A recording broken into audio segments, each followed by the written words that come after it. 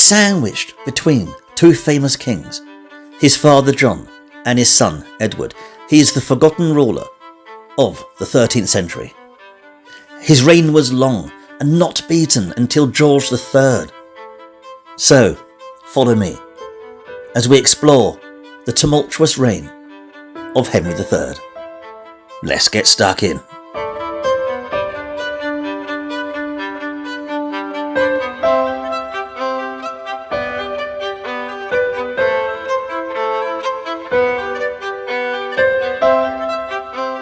Anno Domini 1232, October. Ranulph de Blondeville has passed away, leaving Richard Marshal as leader of the barons. With Hubert de Burgh awaiting trial for his crimes, the court would have felt very different. De Blondeville had no heirs, so the earldom of Chester passes to his nephew John the Scot. John is married to Eleanor, the daughter of Prince Llewellyn the Great. Around this time, Henry also negotiates a 3-year truce with the Welsh prince. All is going well. But the only real familiar face out of all the magnates and the high clergy was Peter de Roche, the elderly Bishop of Winchester, come out of exile to topple his rival de Burgh. But the new Marshal, Richard, didn't warm to Peter de Roche. Richard warned that the Poitevins were foreigners, and they had too much influence on the king. Richard himself had lived on the continent, and noticed an increase of so-called foreigners at court. Even a chronicler, Roger of Wendover, notices this. He claims that the king replaces all the Englishmen at court with foreigners. Though, as I have said many times before, the term foreigner has some nuances to it. It's not as easy as that. Because, yes, Peter de Roche is a foreigner, in that he's born in Poitou, but he's lived in England most his life, whereas Richard Marshal, although born in England, has lived most his life in France. It's complicated. As for the king, he didn't give one jot about who's foreign. He merely preferred the familiar, and Peter de Roche was familiar, only shunned because of de Burgh's machinations. Richard Marshal was not.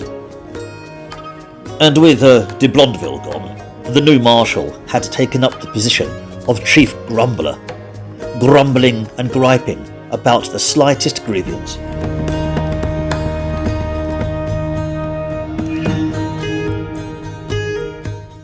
In November, Hubert de Burgh's trial had come.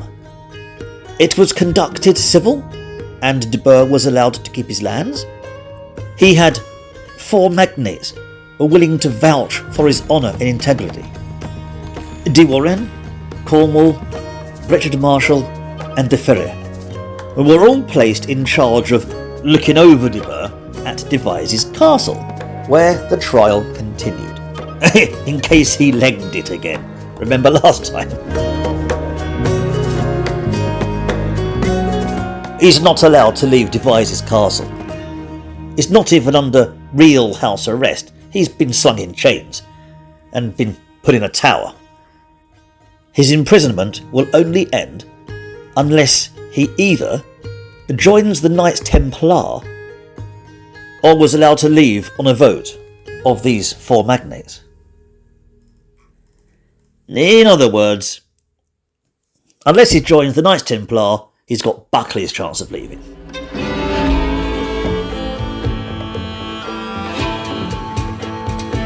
Christmas was spent at Worcester, where a lavish feast was enjoyed by all. Though there was another change. You see, Peter de Roche had made sure all the officials here were also Poitevins. Most of them just off the boat and new to the kingdom. They spoke French. They brought with them French customs. And this only furthered dissent among the nobility, especially Richard Marshal.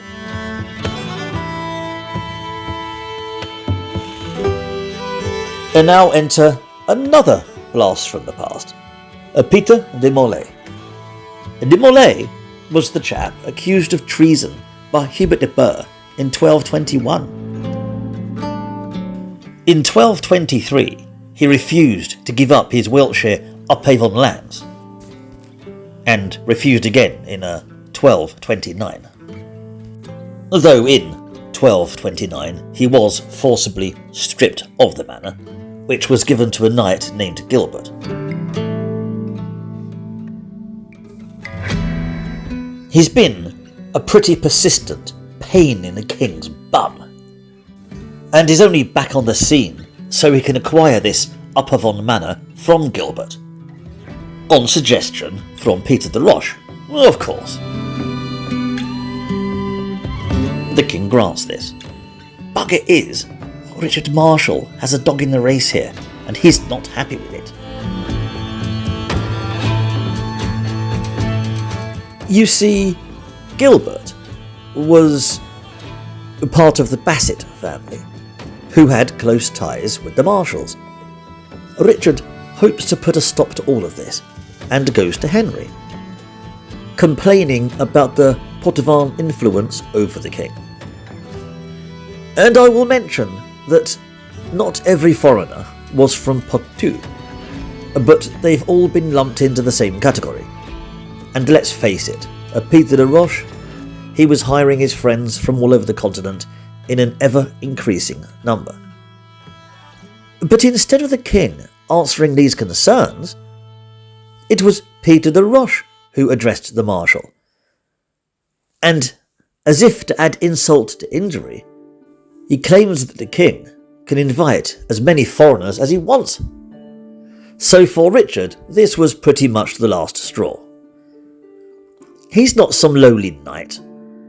He's the leading baron, and leaves court without saying a recorded word. And this was shortly after Charles Bassett also leaves. Richard never returned to court after this, instead travelling to Wales, and then to his lands in Ireland.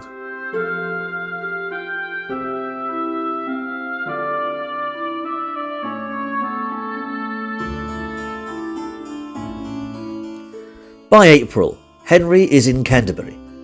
He's trying to fix a number of issues between the Crown and the Church, as well as the current situation with the Archbishop of Canterbury.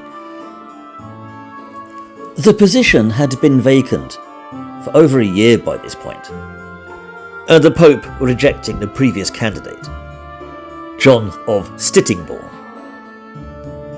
So yet another candidate, John Blunt, was currently on his way to Rome, in hope he'll be accepted into the position. I'll save you the suspense. He'll be rejected by Pope Gregory also. Right. With no progress made with the church, Henry travels to Gloucester in May in a bid to entice some of the younger magnates to attend court. He plans to promote 3 young men to the position of Earl. However, rumour has it that a tournament in Worcester was on. Okay, so Henry bans it. Now there is no excuse for anyone not to attend court. Still, even with this, there's quite a low turnout, as a number of magnates fail to attend the ceremony, which really annoys the king.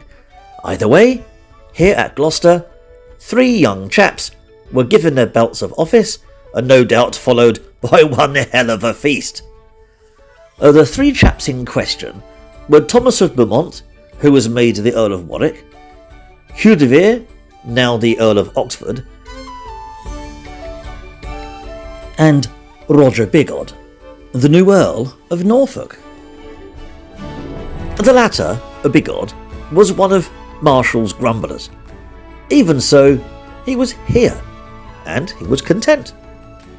So, were the other magnates, led by Richard Marshall, really attending the tournament that the king specifically told them not to go to? The one the king had banned. Short answer? Yes. So Henry leads his men to Worcester in an attempt to end the tournament. But the wily scallywags had finished having their fun and buggered off before the king could arrive. It was cat and mouse. Scallywags! In return, Henry seizes the Marshal's lands, as well as several other of the dissenters, in an attempt to bring them all to rank, even going as far as demanding hostages from his magnates as political security. Oh yeah, this didn't bode well with Richard Marshal. You see, Marshal himself had been taken as a hostage by King John when he was just 15. He knew that the hostages' lives could end if you disobeyed the king, and so in his eyes, Henry was becoming his father John. And now the grumblers are openly rejecting the court of the king, calling out this tyranny. Henry summons them to court at Oxford in late June. But this time, the magnates absolutely refuse to go.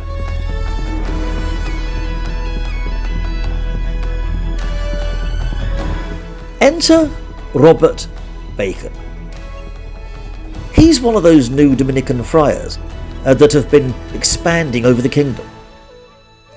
Bacon has been rising through the ranks, and now he meets with the king, preaching against this foreign influence, echoing the words of the dissenting grumblers, warning the king that this unrest would only worsen unless he ridded himself of Peter de Roche.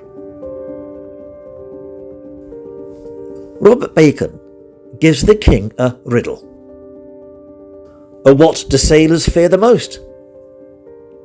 When Henry cannot answer, the friar answers it himself. Sailors fear stones and rocks.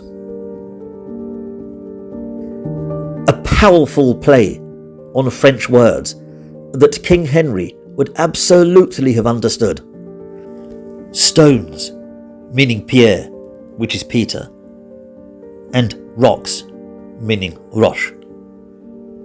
Remember also that they were probably speaking together in French, emphasizing the impact of this. The king would also have understood the warning that the ship is the kingdom and is in danger of sinking. Unless he steered the ship away from the rocks and the stones, there's danger of mutiny. Even with this, Henry refuses to listen. Instead, demands the magnates answer a summon to court at Westminster on the 11th of July to discuss matters. Again, this is utterly rejected. Now there's even talk of replacing the king. Henry is furious and demands more land seizures, demanding Richard Marshal and his grumblers attend a summons to court on the 1st of August.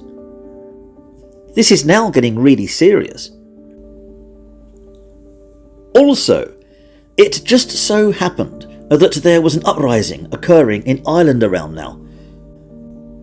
So Henry had the perfect excuse to raise an army at Gloucester, which he did.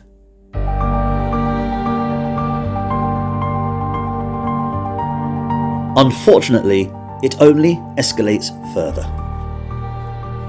The newly belted Earl of Norfolk, Roger Bigod, now joins the Marshal's rebellion, as do many others. It appears that lines are being drawn up on both sides. Even the king's brother, Richard of Cornwall, now joins them, but the king manages to use bribery to keep his brother out of it, thankfully. Still, Henry has got a serious crisis on his hands as negotiations fail.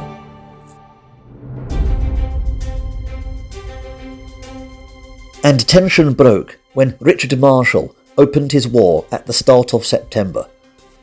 He, along with Roger Bigod, sieged castles in the marshes, causing chaos.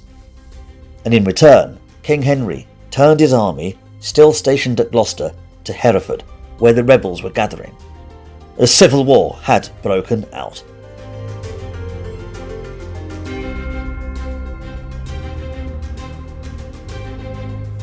Henry moved swiftly, taking back the two castles without error and pushing on to Usk, hoping to negotiate a truce before putting the Marshal under leaguer. This time the rebels listened, and a truce was agreed.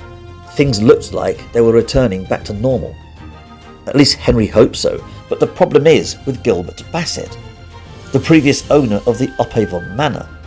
He rejects the truce and begins his own guerrilla war against Morlaix, dragging the others back into the conflict with him.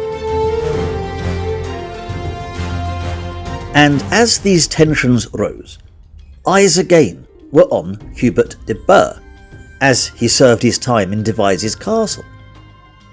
As much of the garrison at the castle supported Basset and Marshall's rebels. And Marshall was one of the magnates in charge of de Burgh's custody, just to make matters worse. Then there is talk that Peter de Roche was planning to gain custody of Devizes Castle. Most likely unfounded, but given de Roche's previous antics, we may never know. But whatever the truth was, the allegations were that the bishop had bad intentions, and that would no doubt end in the death of the fallen magnate. Hubert de Burgh was in peril. He managed to get word to two of his loyal men, two sergeants. And these two men snuck into the tower while the guards were asleep, and they rescued their lord. De Burgh was still in chains, so he couldn't run. So the two sergeants carried him, making their way over the moat and to safety. Hubert de Burgh was free.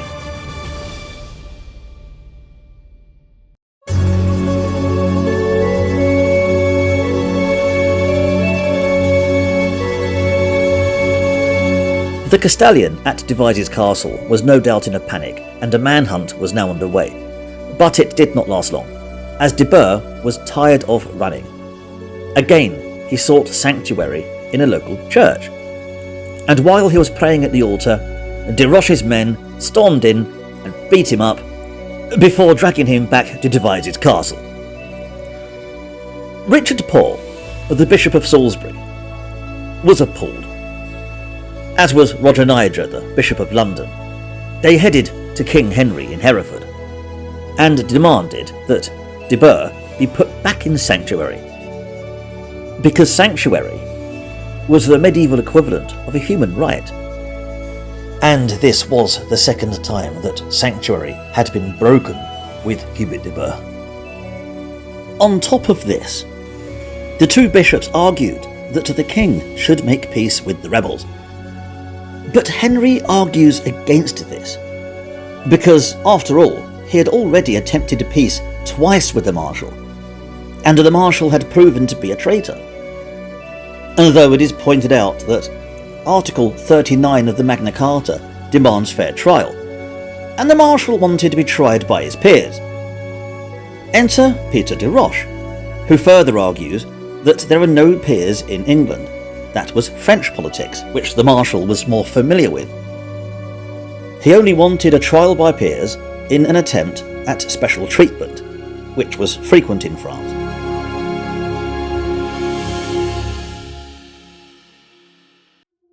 But one thing was clear during this Hereford meeting. It wasn't just the barons who were divided politically.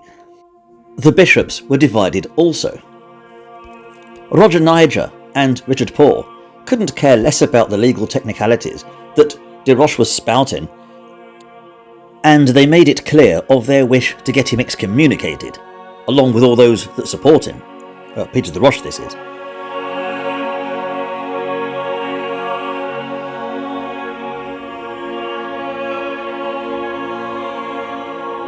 And then Henry received some bad news, that Richard Marshal had allied with Llewellyn the Great.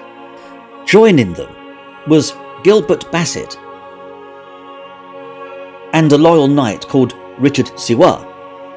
Together they pressed the fight to the king, retaking the castle at Usk and laying waste to the region of Glamorgan. They took several castles, including Abergavenny and Cardiff, their forces splitting, with one branch heading off into Carmarthen. And Carmarthen, well, that was lands that formed part of Peter the Roche's inheritance. Outraged, Henry demands the bishops excommunicate the Marshal, but instead they excused him. This forces Henry to once again seize all the rebel estates and call for another muster at Gloucester for the 2nd of November. As for Hubert de Burgh, well, the two bishops got their wish, and once again Hubert had been returned to sanctuary. And, once again, Henry gave orders for the local sheriff to lay siege to the church. At least that was the plan. You see, on the 29th of October, Richard Marshall had sent Richard Siwa to intercept de Burgh while he was being escorted to the sanctuary church. The rebels, led by Siwa, quickly rescued the magnate, dressed him as one of their number, and escaped to Wales. Yeah, Henry isn't the most cheerful pup right now. Yeah, in fact he's livid. He declares them all traitors and outlaws, de Burgh included. The king orders their manors and estates burned. You see, the problem is their estates are in the Welsh marshes. The king was dealing with marcher lords after all, and this was rugged, hilly terrain. And Henry would be hard-pressed to keep his army on the march, given the logistics. This could easily descend into a guerrilla war.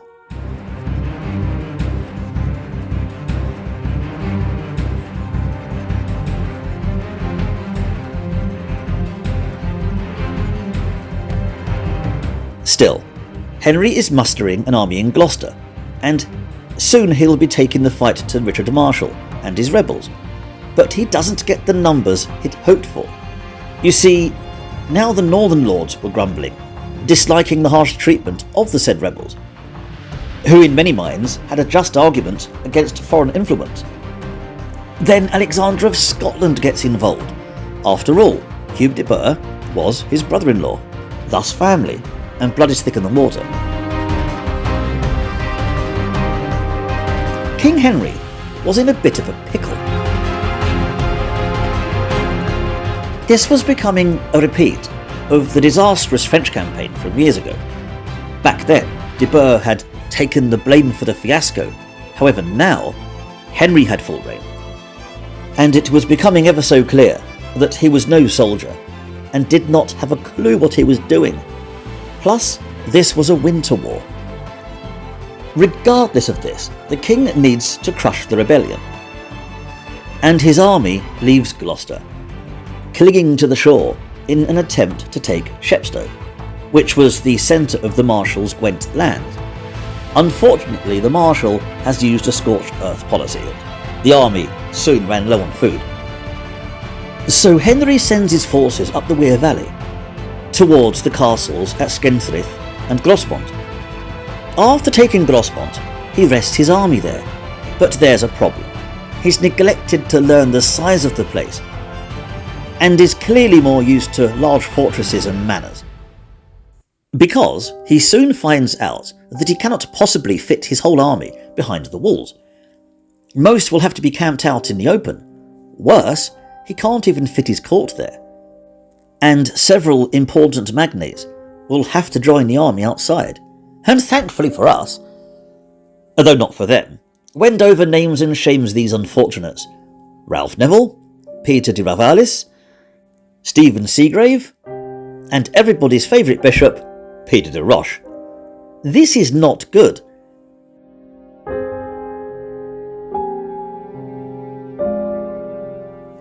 During Henry's stay at Grosmont, on the 11th of November, Richard Marshall launched a daring night raid on the encampment, with the sole intention of depleting the royal army of much-needed supplies. No one was killed or captured, but it sent a message. Many of the king's men fled, and it soon became apparent that it was folly to remain in the castle. So Henry gave the order to retreat back to nearby Hereford Castle, rest there behind secure walls. That they did.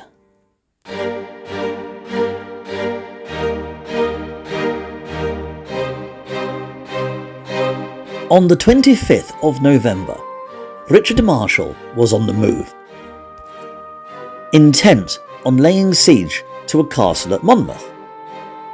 You see, the Castellan, John of Monmouth, had been a loyal ally to the Marshals for years. But John was no longer loyal. He had abandoned the Marshal and sided with the king. At the castle was a garrison of Flemish mercenaries led by Baldwin, the Count of Guienne, and he'd been given orders to defend the town. Prior to the siege, Richard Marshal scouts ahead with a small band of men on a reconnaissance mission. However, as the rebel forces approached, Baldwin unleashed his Flemish forces in a preemptive strike, completely catching the Marshal off guard, surrounding him. The battle was total chaos. But Richard had his father's blood, and like William of old, he fought like a lion. According to Wendover, the Marshal fought off 12 men that day, refusing to fall back until dragged from his horse in the melee by Baldwin himself. Then, just as all hope was lost, Baldwin was wounded by a crossbow bolt to the chest. It wasn't fatal, but his men did not know that. They thought he'd been slain, and they lost nerve, routing, falling back to the castle. While this was going on, the Marshal's forces had begun to regroup, and they pushed the fight to the Flemish, slaughtering many of them, these so-called potivans, in their flight to the castle. The battle was won. By a miracle, Richard Marshal, with a very small force, had won the first major battle of the campaign.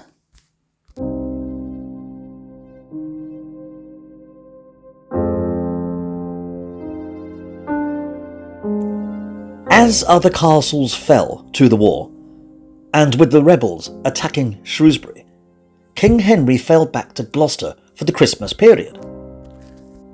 His campaign was doomed. Winter was also setting in, and a bitter winter it was, with cold frost making food scarce. Here, the king brooded, pondering his next move, and after careful deliberation, he came to only one conclusion. He needed to sue for peace with the Marshal and the rebels.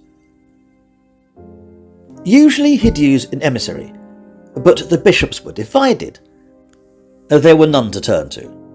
Instead, Henry turns to Agnellus of Pisa, a Franciscan friar from Italy, an honest man who people trusted, and who the king believes can heal this rift. And for all the Marshal's dislike of foreigners, would he welcome an Italian? Or was it just the ones on the continent? The argument was ridiculous in Henry's eyes. So, in the thick of this frosted winter, Agnellus made his trek across the hilly terrain of the marshes to Glamorgan a few days before Christmas Day. There he found the Marshal at Margam Abbey. The two men spoke, but the king wasn't in the mood to let the Marshal off with a slap on the wrist. No. He would spare him and the rebels' lives and limbs, but several estates would have to be forfeited. These were the terms delivered by Agnellus of Pisa. It was not the Christmas present that the Marshal was hoping for. The Marshal did not want his name tarnished. He's the son of a man of great honour. He explains to the friar that this war was just in the eyes of God, and the king, along with Peter de Roche, have sparked this. All of the blame is on them. The terms of peace simply cannot be accepted.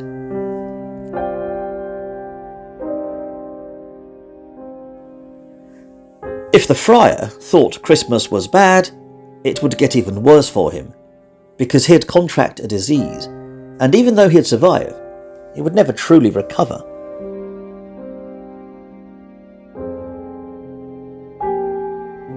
And the war would continue, with Marshal stressing that they were only at war with the agents of the king.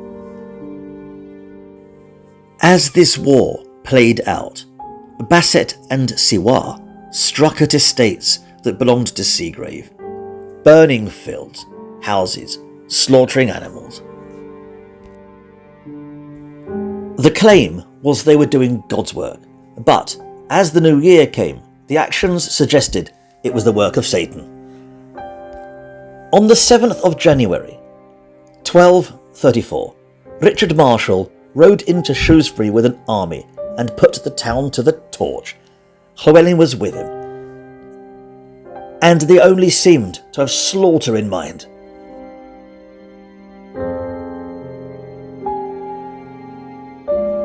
The writings of Wendover describe corpses slain by war, scattered everywhere in the town.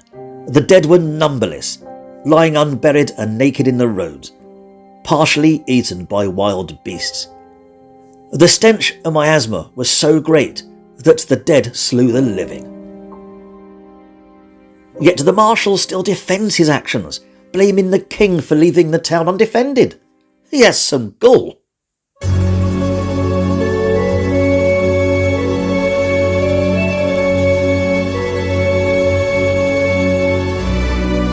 King Henry refused to consider peace again, but Siwa was attacking the domains of his brother Richard of Cornwall. He also brought the battle to Peter de Roches himself. Henry was in a bad position and had little stomach for a fight. Instead, he retreats from Gloucester to Westminster. There he remained, not wallowing in defeat, but deep in thought. You see, there was also that rebellion that was going on unchecked in Ireland, and Henry knew the Marshal would have to head over there to protect his lands in Leinster, lands currently overseen by Maurice Fitzgerald, of the Justiciar of Ireland. The king was playing the waiting game. He calls for a council in early February 1234, trying to mend relations with the divided bishops. Yet they echo words spoken time and time again. Peter de Roche is a bad influence, and they're not going to back down. At least there was a new Bishop-elect of Canterbury, Edward Rich. Hopefully the Pope won't reject him also, because there hadn't been an archbishop in nearly 3 years. Then Henry has another idea. Maybe a pilgrimage would ease his mind. He chose Bronholm Priory in Norfolk on the east coast. The Benedictine Priory held a piece of the true cross of Christ, and was a frequent place of pilgrimage. It was also previously controlled by Hubert de Burgh before his fall, and the king last travelled here with de Burgh 2 years prior. While the religious king reflected on the past, Richard Marshal was confined to the present. As no doubt using the war in Wales as an opportunity, the Irish rebels had attacked his lands in Leinster. So the Marshal, also disillusioned by the stalemate in Wales, played right into the king's hands and headed over to Ireland to join up with his brother Gilbert, who was negotiating a truce with the king's man Maurice Fitzgerald, the Justiciar of Ireland. Right, all the while putting down this rebellion. The lands in Leinster were staunchly loyal, but the problem lied with those loyal to King Henry, because there was another de Burgh, Richard de Burgh, the Baron of Connaught, who was allied with de Lacy, Lord of Meath. Together they attacked the Marshal, putting his castle in Kildare to the Leaguer. The Marshal was having none of this. After negotiations broke down, Richard Marshal rode out to break the siege. And on the Corra, battle was joined. Once again, the Marshal found himself isolated from his men. once again fighting numerous attackers, once again fighting like a lion. But alas, he was unhorsed, and this time suffered a mortal wound. During his captivity, his wound would only worsen, and in 2 weeks he'd be dead, another victim of the martial curse.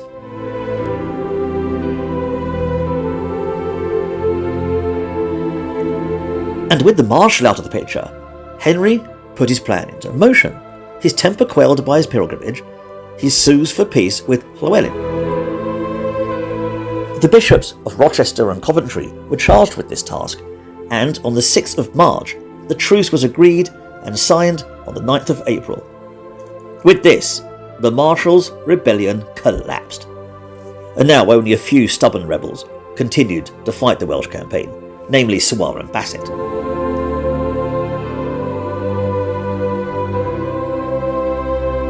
Henry hadn't swung a sword, and he'd won.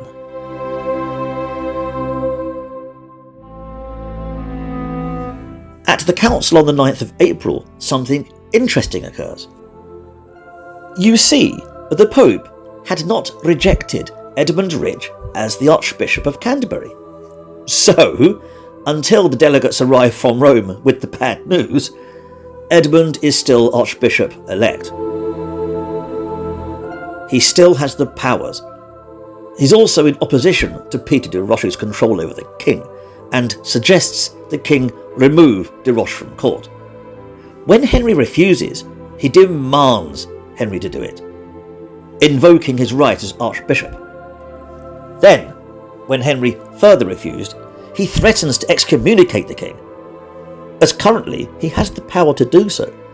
Until the Pope strips him of power, that is, but until then, that threat is real.